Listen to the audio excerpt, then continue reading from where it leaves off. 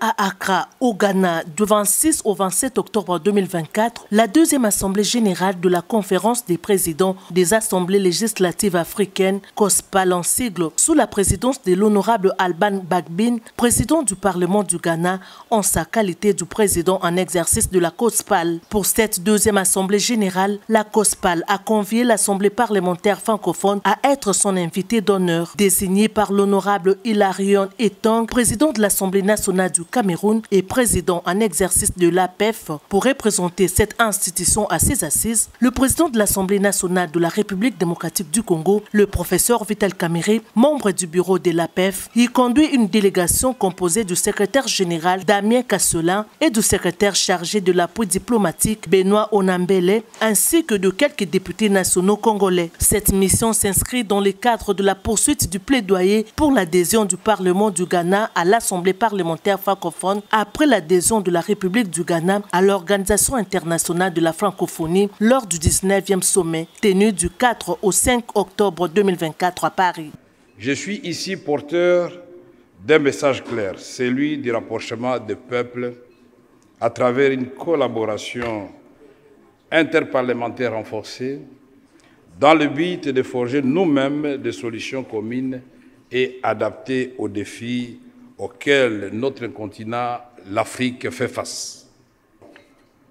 Dans le cadre de sa nouvelle diplomatie parlementaire, l'APF accorde une attention particulière aux crises dans l'espace francophone. La diplomatie ne saurait être uniquement du ressort des pouvoirs exécutifs et des organisations internationales. Il convient de miser sur la spécificité des parlementaires pour compléter intelligemment la diplomatie classique. En tant que représentants du peuple, les parlementaires peuvent effectivement jouer un rôle clé dans la prévention des conflits et la facilitation des processus de paix. Dans son allocution, le président de l'Assemblée nationale congolaise, le professeur Vital Kamerhe, représentant l'Assemblée parlementaire francophone, a développé son discours autour des 4 axes majeurs, à savoir l'unité des pays africains pour le bien-être de ces peuples, la mutualisation des forces pour le développement de l'Afrique, la consolidation de la diplomatie parlementaire et de la coopération entre pays africains, ainsi que l'éradication des conflits et de la guerre sur les continents. Au moment où je prends la parole devant vous, mon pays vit un véritable désastre humanitaire dans sa partie est, où l'on enregistre des morts et des déplacements massifs des populations. Dans la quasi-indifférence des pays frères d'Afrique et du reste du monde. L'Afrique doit aimer l'Afrique. Les armes doivent se taire sur l'ensemble du continent africain. L'Afrique doit se concerter avec l'Afrique et élaborer une vision commune du développement intégral de notre continent. Destination du futur, nous devons écrire notre propre histoire et coopérer d'égal à égal avec le reste du monde. Si ce conflit qui n'a que trop duré et dont l'onde des dévastations se propagent au-delà des frontières des pays directement concernés, nous sommes tous mis au défi. Il est indéniable que pacifier les Grands Lacs, c'est donner un coup d'accélérateur au développement de l'Afrique et au recul de la pauvreté.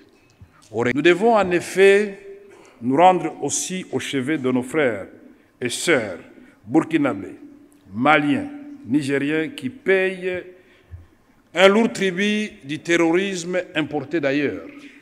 C'est ça l'Afrique que nous voulons, solidaire avec elle-même et collaborant avec le reste du monde.